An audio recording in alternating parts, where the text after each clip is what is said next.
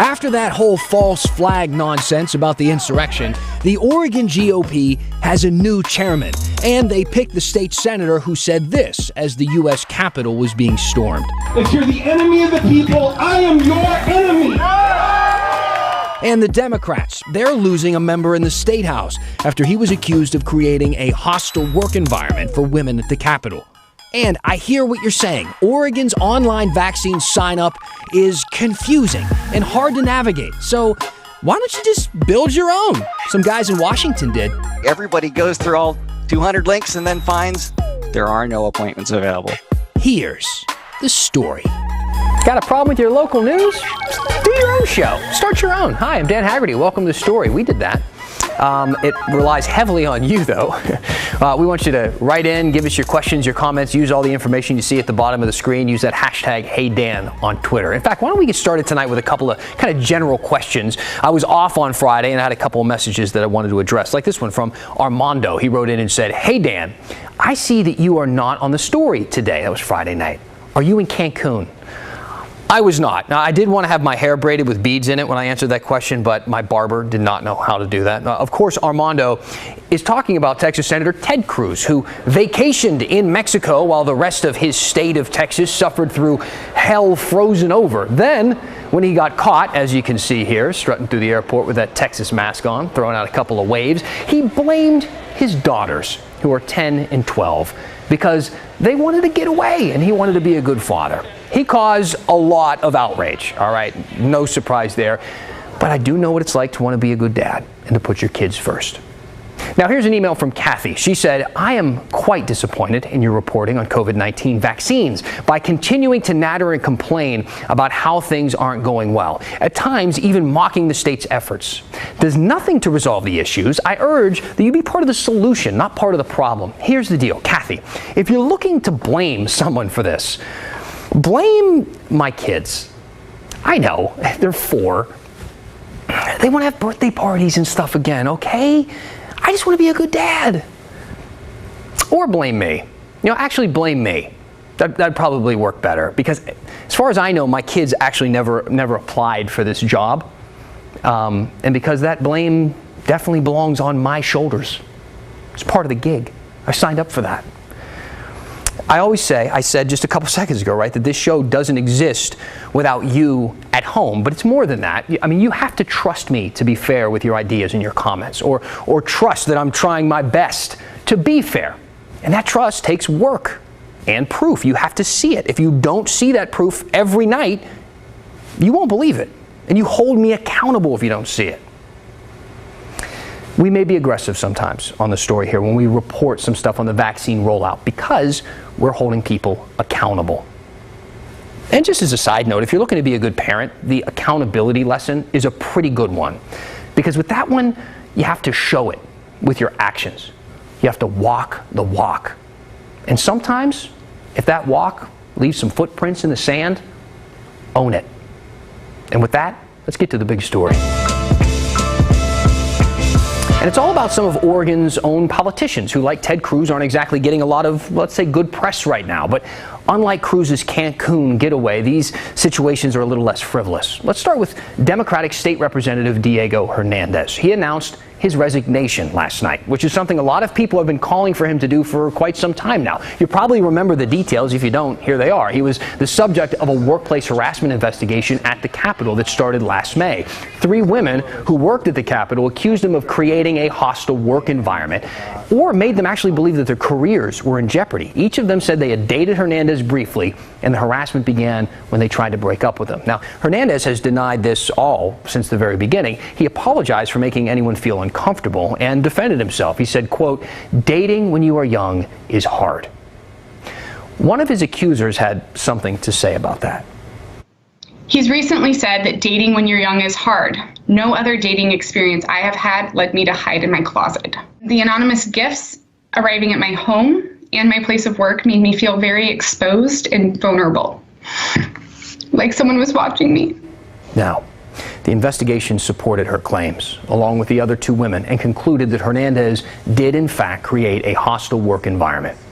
Earlier this month, the House Conduct Committee voted to expel him from the legislature. The full House was supposed to vote on that tomorrow, with 26 of Hernandez's fellow Democrats saying they would in fact vote him out. He tried to fight it. I mean, he sued the legislature, was claiming that he wasn't kind of given a fair deal, that he wasn't given a chance to tell his side of the story. But on Saturday, a judge dismissed that case, saying that she wasn't going to get involved. So last night, he announced he was quitting before his colleagues could, I guess, kick him out. He released a short statement saying, quote, "Today I tendered my resignation so my colleagues may focus on serving Oregonians and so I can move forward with my life and focus on my health and family." He told OPB he'll officially leave office on March 15th. After that, Democrats will have an empty seat in the House. It won't be empty for long, and it's really a safe district for Democrats. It's a very blue district covering part of Northeast Portland. The Democratic Precinct Committee will choose between 3 and 5 candidates to then fill that seat, and then Multnomah County Commissioners will vote for his official replacement, and this should happen by mid-April or so. In the meantime, we'll keep you posted.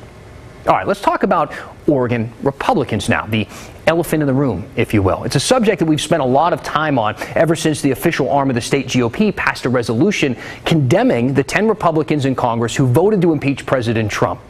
But that wasn't really the part that got everyone's attention. It was this. They also said this, quote, "There is growing evidence that the violence at the Capitol was a false flag operation designed to discredit President Trump, his supporters, and all conservative Republicans." Now, I'm sure I probably don't need to spell all this out for you at this point in the game. And if you've been watching this show, we have spelled this out many times before. But that statement there is not based in fact whatsoever. And if it was done intentionally, you could classify it as a lie.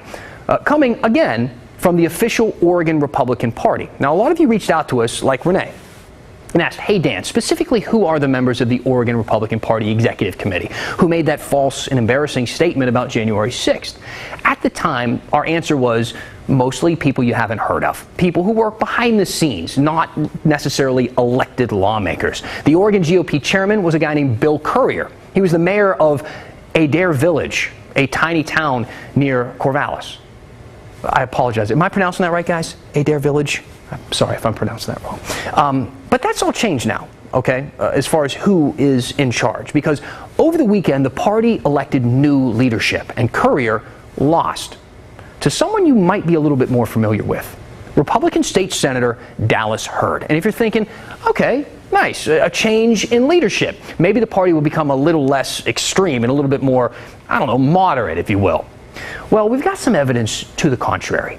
Back in 2016, when Hurd was in the State House, he traveled to the Malheur National Wildlife Refuge to meet with the occupiers during the standoff, despite his fellow Republicans telling him it's probably not that good of an idea.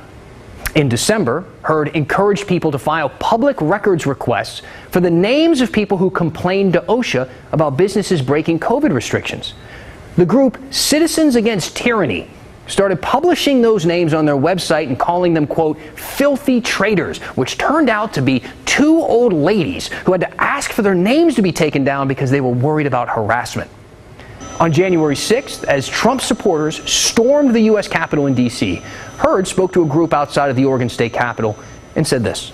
Democrat or anyone, senator, representative, mayor, county commissioner, if you're the enemy of the people, I am your enemy. Now, after the Oregon GOP's false flag resolution, we asked each state Republican lawmaker for their response to that, what they thought. Hurd was one of 6 senators who did not condemn the statement. In fact, he really didn't say anything. This is this quote on your screen right now we got from his office. "Unfortunately, Senator Hurd is not available for comment at this time. Thanks." Now he is in charge of the state Republican Party, and I have a lot of questions that I'd like to ask him about everything we just talked about and some other stuff, the direction of the party, things like that. Now, we've been reaching out. We were told that he was busy all day today, which I get. It's a Monday. People are busy, but we're going to keep trying, and hopefully he can make some time for us. All right, let's talk about the vaccine for just a minute. Specifically, the problems a lot of you are having with signing up to get one. Chris told me this. "Hey, Dan, when attempting to schedule a COVID vaccination on the state's website, why does one have to go through the entire question list before knowing that there are no available appointments. When there aren't any appointments, why not make that statement at the beginning of the process? Save everybody a little time and effort. Now, if you try to sign up for a vaccine, you already know this to be entirely true. The state plays this little game of 50,000 questions as you're trying to get a time slot, name, age, allergies, etc., so on and so forth. It takes a while. And sometimes, like Chris said, you get to the very end just to learn that there were no spots available in the first place. Or worse, like this message I got from Patricia. She said, "Hey Dan, I just spent 2+ hours trying to get my husband a COVID vaccine. I actually got in 3 times, but each time the site crashed. After 3 separate crashes, the site told me to try again next week. This stinks." It's frustrating. I mean, it's beyond frustrating. It is the type of frustration that makes you, want to build your own website like a guy did in Washington. A computer science teacher spent hours, like many of you, trying to sign up his in-laws on Washington's vaccine website. This is a guy who used to work for Microsoft, all right, so he knows his way around a computer, and he couldn't even figure it out. So he then recruited some other people with some tech skills, and they built a much more user-friendly website called covidwa.com. It tells people which providers actually have doses. It directs them to sign-up pages that are still accepting people to sign up, which seems like what the state's website should be doing since step 1, right? Well, the Washington Department of Health agrees. So they are now working with this new website to get more people signed up. And it's working. They're getting like 10,000 visitors now a day. I think we may need some of those computer science gurus to be working to rebuild Oregon's vaccine website, especially after the huge mess that happened when people tried to sign in today. We want to bring in Pat Doris now, who's been following this for us since the beginning. Pat, have hospitals gotten back to you yet about these websites crashing this morning and even kicking some people out as they were trying to make appointments? Right, Dan. Well, yes, they have, and they'd say basically the websites were overloaded. The one that handles the OHSU airport reservations and the Oregon Convention Center, they say each of those can handle 4,800 people all being in there at the same time, and that the doors were wide open and there was a lot more people than that in there, and they say that's why the websites were glitchy and there were problems. I'm not sure that really answers all those questions, and I've asked follow-up questions. I haven't heard back from them yet. Well, I keep thinking, we continue to add more and more people to the eligibility list. So what does that look like as we move forward? Is the state going to catch up, or are we going to expect to see this sort of thing happening every Monday when people try to sign up for appointments? Well, the state could catch up. It depends on what the governor does next and whether she has a pause after this next group that'll be added in the coming Monday. Right now, we've got 207,000 75-year-olds and above that have not been vaccinated. Today, they added 206,000 to that list. And Monday, they're going to add 258,000 to that number. So that's 600 and some odd thousand. And we are getting an increase in vaccines. We're getting about 100,000 a week now, according to the OHA. That started this week. So there is volume there, but it's going to take 6 weeks just for this existing group. So if they have a halt after the 65-year-olds are added in for, I don't know, a month and a half, yeah, they can catch up. But will they? Or, is the political pressure too much to bring on other people? Because we still haven't vaccinated grocery store workers, for crying out loud, people with significant underlying conditions as well. So there's all kinds of pressure to keep this train rolling. The problem is there's not enough juice for the locomotive. Wow. I don't know if that was twisted, but you know what I mean. I get exactly what you mean. Yeah, thank you. Appreciate it, Pat. You bet. All right. Time now for our daily vaccine check-in. As of this afternoon, nearly 543,000 Oregonians have gotten at least their first dose. More than half of those people have also gotten their second dose, but we're just counting those first doses, and that puts us at about 12.7% of the state's population. And is there a light happening? Is there a thing going on back here? Am I losing it? Is there a light flashing? Are there any engineers watching? Let's fix this light situation. And let's talk about Washington, because we got their numbers up there behind me right now. 919,000 people have gotten at least their first dose. That's getting close to 1 million people, and that works out to be a little less than 12% of the state's population with at least one shot in their arm. We're going to fix this light. We'll be right back. 2 states, 2 winter storms, 2 big power outages. But Oregonians still aren't suffering as much as the people in Texas. And a lot of that has to do with how our power is regulated. And let's check in with downtown. The Apple store is back open. A Gucci store just moved in. Swanky. So does this mean that Portland isn't dying after all? Well, not according to those who still associate us with this. Do you promise to defend the Portland courthouse against anarchists? When the story continues. Cool, we gone for like 2 minutes. One of our engineers was watching in the other room. As soon as we went to commercial break, he ran in and fixed the light. Very fast work. He did a great job. Unfortunately, I think the only bulb that they could find is on the setting that equals the brightness of the sun. Can you tell which one they replaced? Make it a tan here. Welcome back. Hi. I was just going through some of your comments and your tweets and your emails. Keep them coming. Use that hashtag HeyDan. And you might have seen a little something new in your inbox from us today. We're excited about this. We sent our first edition of the Story Weekly newsletter this afternoon. It's full of all the stuff that you may have missed on the show, plus some of the stuff that we can't fit in every night. There's so much content, so many things to discuss, and so many questions we get from you. But it's really easy to subscribe if you'd like. Just open up the camera on your phone, aim it at that QR code on your screen right now. If QR codes aren't your thing, don't worry, go to kgw.com/newsletter and you can sign up there. Now, we're still hearing every day from viewers who have been without power for over a week, like Mark, who said, "Hey Dan, can you get Kyle Aboshi to stick it to PGE about how come they can't seem to ramp up their response to all of us on day 9 of no power?" The response, when asked when we could expect power back on, is sometime in the next 8 days. Dark and cold near Oregon City. Mark, man, I really feel for you. I'm so sorry you're going through that. Thank you so much for writing in. Just for a quick update for you right now, more than 24,000 households are like Mark.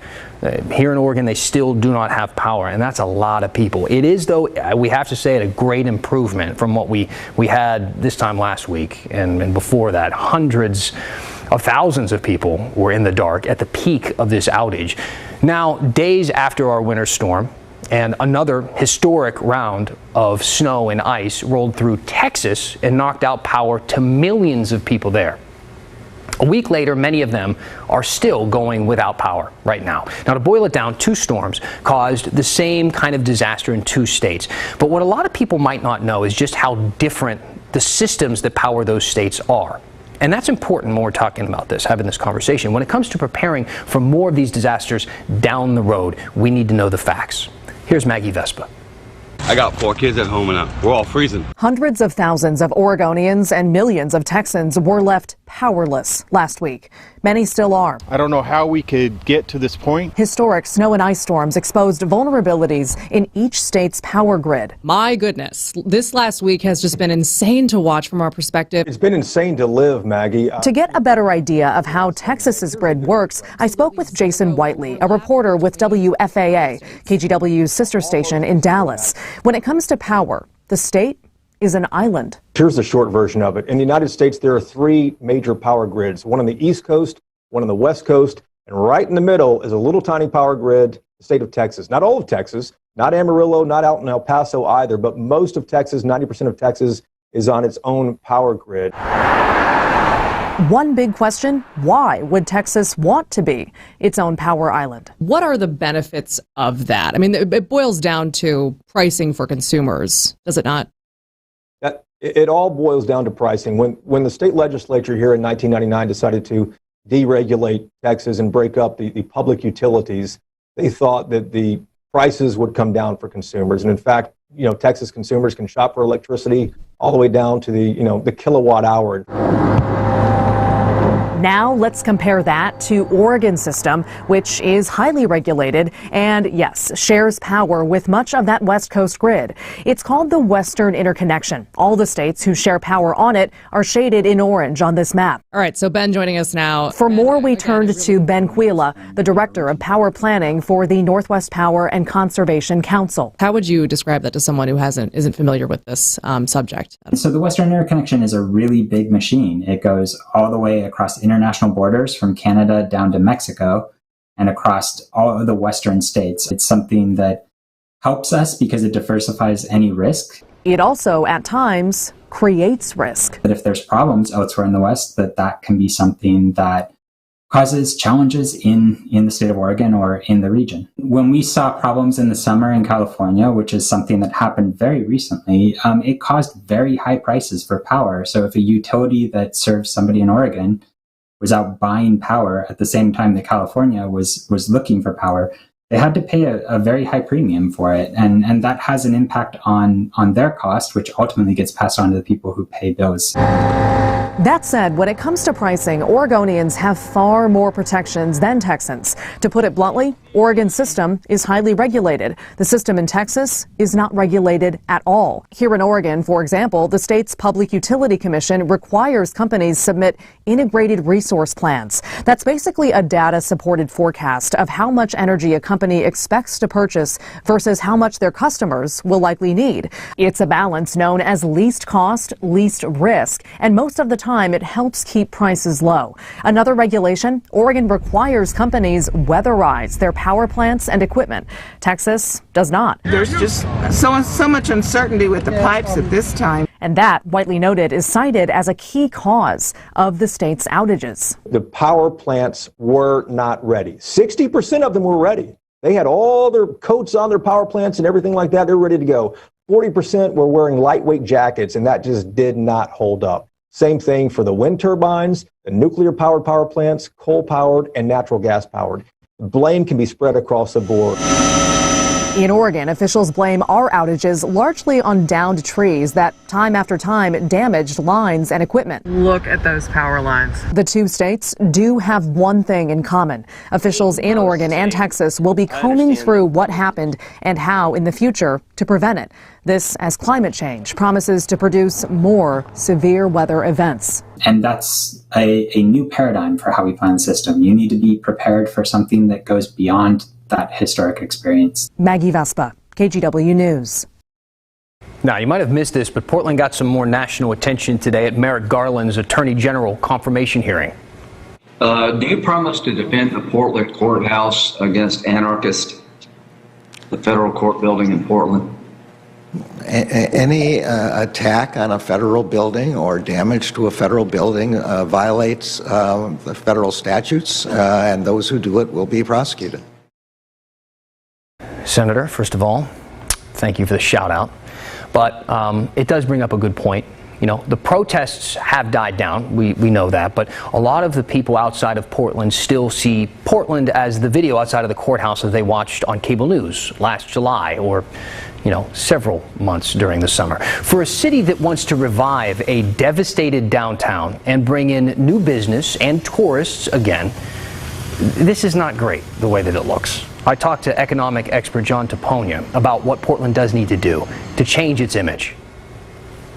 I mean, first and foremost, we are going to have to illustrate that we have some semblance of control in the downtown area. And, you know, one big sort of visual way to prove that is to get to the point where we have the confidence that we can take the fencing down around the Hatfield U.S. Courthouse building. You are, as you walk around downtown now, starting to see some of the plywood come off. And so those are a bunch of individual decisions by individual businesses saying that they are beginning to have some confidence that if they expose their windows, they aren't going to expose themselves to a sort of needless property destruction. Now, today did kind of seem like a little bit of a step.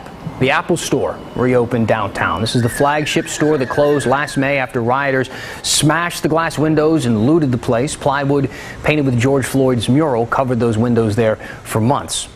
Could Apple reopening be, a sign of the tides, that the tides are turning in downtown? Potentially. We'll have to wait and see.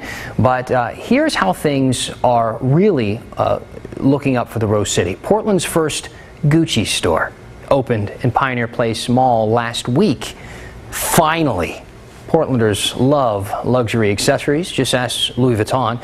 We aren't nearly as funny as the folks at the Portland Mercury. You can see here, this is a bit of their piece. Just go ahead and read it. It's funny. It's a good piece, and we think it's worth your time. All right. I know you have a lot of opinions about downtown Portland. Keep them coming. Let me hear what you have to say. Is the Gucci store enough? Is it bringing us back? I want to read a few after the break when we finish the story next. All right, Wellborn writing in and saying, watching your piece on elephant in the room, new Republican leadership, that sort of thing. I take issue with your phrase, two old ladies, the choice of words referring to the two women who were afraid of being called out and identified for calling in businesses for COVID restrictions. No offense to anybody, two older women. Two old ladies. Is that wrong? Should I not say two old ladies? Write in, hashtag Hey Dan. This is Barbara saying, really? I've complained 2 times about the ongoing continuous movement of the screens behind you, and now a blinking light bothers you? Yes, Barbara, it does. I like our background. Does that bother people? Now we got this super bright light back there. And lastly, Nika wrote in and says, since my partner and I began watching you about Christmas time, it's just an observation. It seems that at least once a week you end up defending how the story and you report what's happening. Seems like you shouldn't have to. So we try to do things a little bit differently on this show. So I'm not defending, I'm explaining.